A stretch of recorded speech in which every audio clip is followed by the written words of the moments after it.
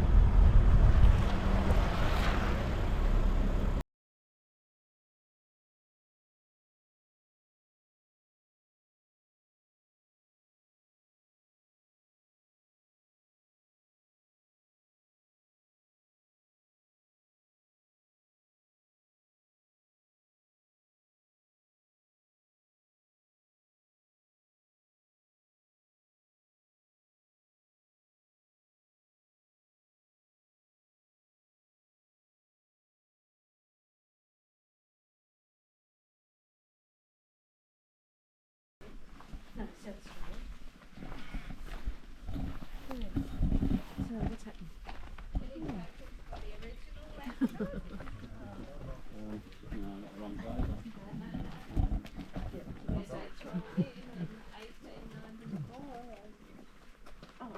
here he is. He's just It's a cat.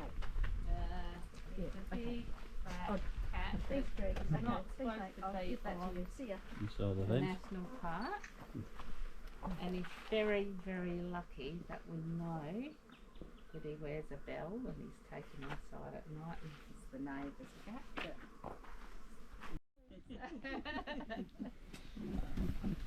You imagine how many thousands of times I've done this code.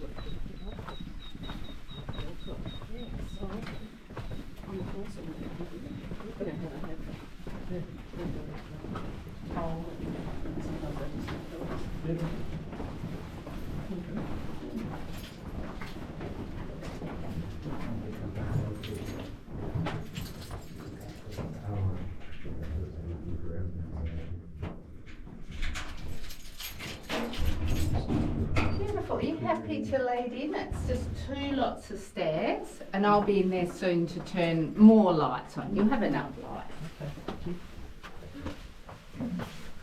I promise I won't slam the door and make a run for it. Too much paperwork. More fossils. More fossils, yeah. The paperwork. I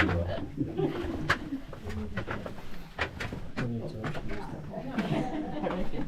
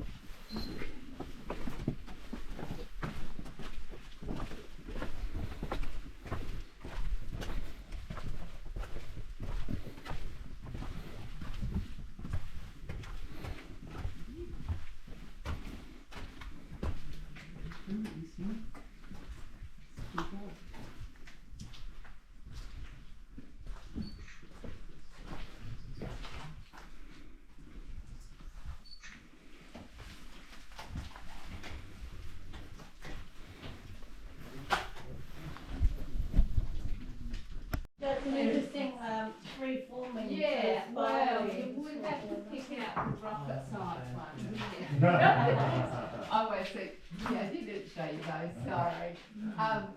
Helictites are a little bit of rocket science, the ones that grow sideways and defy gravity. But look, I wouldn't have given you an answer, 30 plus years ago.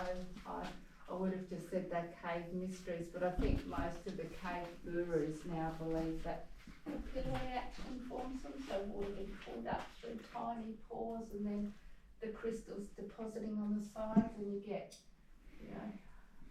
hook shapes or this little upside down echidnas or round the corner I'll show you some that look exactly like the lid on the pizza box where the hot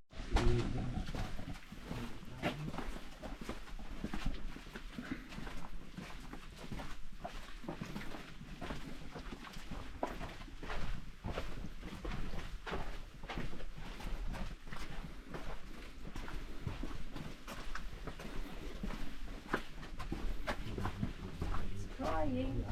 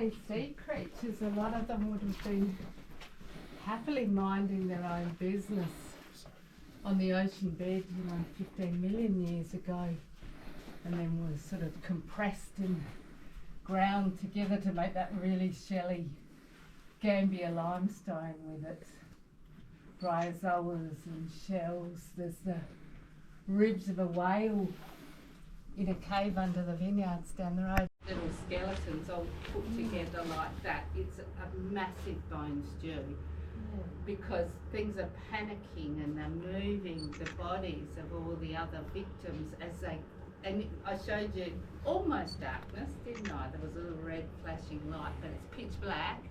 Can't see your hands in front of your face. There's a big rock pile that's preventing you from going any further. Even the nocturnal animals wouldn't do well without there being a little bit of, light. So yeah, you see, I don't know. I don't even know how many species we're up to because there's been apparently and marsupials have a bigger. Just have a sheet here to show you the difference. What's this one? That's the top of this one, so it's a leaf eating kangaroo. I suppose you can see that gel on. You see it's quite secure, if it's got that on it. Yeah.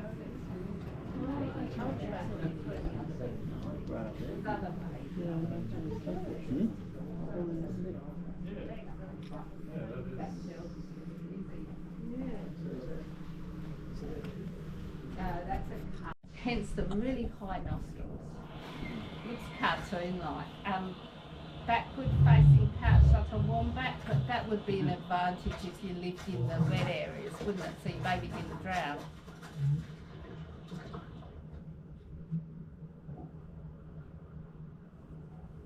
So thank you so much, everybody. I'm going to let you out of here, hadn't I?